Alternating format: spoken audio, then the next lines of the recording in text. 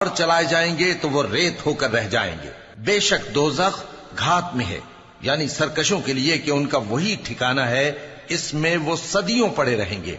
वहां न ठंडक का मजा चखेंगे, न कुछ पीना नसीब होगा मगर खौलता पानी और बदबूदार पीप।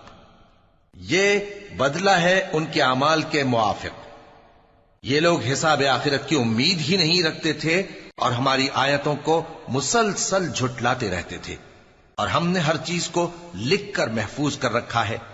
सो अब मजा चखो, हम तुम पर अजाब ही बढ़ाते जाएंगे।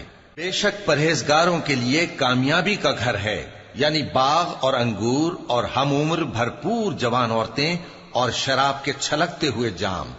वहां वो न बेहुदा बात सुनेंगे न झुटलाने की बातें।